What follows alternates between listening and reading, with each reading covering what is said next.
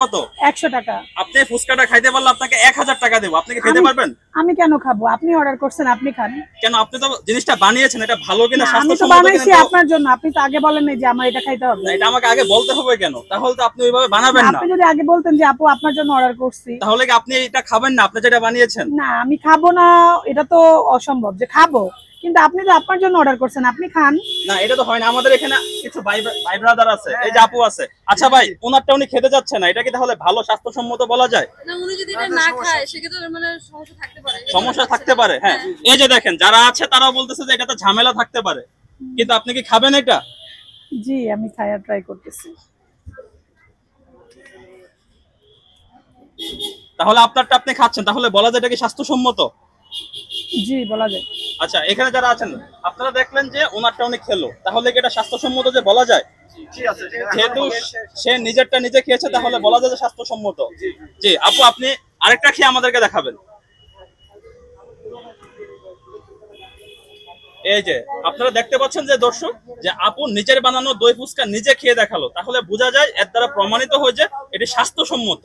কারণ স্বাস্থ্যসম্মত না হলে তিনি কখনোই নিজের বানানো খাবারটি নিজে খেতেন না, যদি এখানে ভেজাল থাকতো।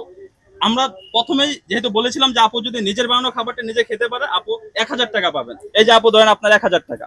জি, এখন আপনারা খায়া রিভিউ দেন। হ্যাঁ, আমরা তো খাবোই। আপনার সাথে আরো কিছু কথা বলি।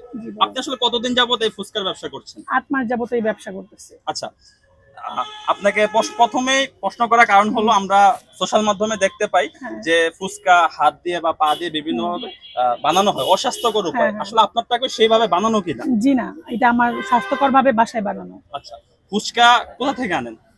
আমি এই ফুচকাটা হচ্ছে শেওড়াপাড়া থেকে নিয়ে আসি। আর দইটা? দইটা বাসায় বানাই।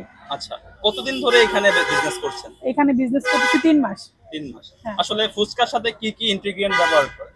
ফুচকার সাথে আমি ব্যবহার করতেছি আপনার ডাব, ঘুগনি, ধনিয়া পাতা, পেঁয়াজ, কাঁচামরিচ, সিক্রেট মশলা আর হচ্ছে দই। আচ্ছা আচ্ছা, সিক্রেট মশলার নামে আসলে নামে বেনামে মানুষজন আসলে কি দেয়? না ভাইয়া, আসলে সিক্রেট মশলা নামে বাজারে আমরা যেসব মশলাগুলা পাই, এটা হচ্ছে বিভিন্ন জন বিভিন্ন উপায়ে এটাকে মশলা বানায় যাচ্ছে।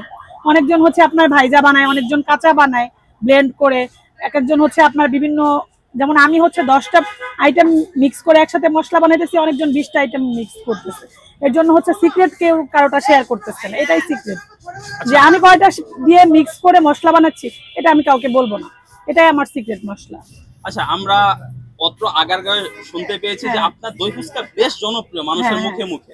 আসলে আপনার দই ফুচকা কেন এত ফেমাস, যে একবার খেয়ে কেন বারবার আসে? আমার দই ফুচকা ফেমাস এই জন্য, অন্য সব জায়গাতে আপনার দইয়ের সাথে পানি মিক্স করে পাতলা দই দিতেছে, আর আমার দইয়ের সাথে কোনো পানি মিক্স করি না, কোনো বাজারের কেনা দই না, 100% বাসায় বানানো স্বাস্থ্যসম্মত দই। এর জন্যই আমার দই ফুচকার জনপ্রিয়তা। আচ্ছা, আপনার দই ফুচকা যদি খেতে হয় তাহলে কিভাবে আসবে? আমার দই ফুচকা খাইতে হলে আসতে হবে আগারগাঁও নতুন রাস্তা, পরিসংখ্যান ভবনের পাশে সোনালী ব্যাংকের বুথের সামনে।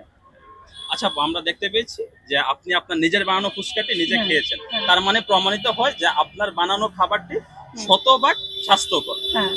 আপনার সাথে প্রথমে যেভাবে আচরণ করা হয়েছে তার জন্য আমরা খুবই দুঃখিত। আপনি কি মনে কোনো কষ্ট পেয়েছেন? না ভাইয়া, কোনো কষ্ট পাইনি।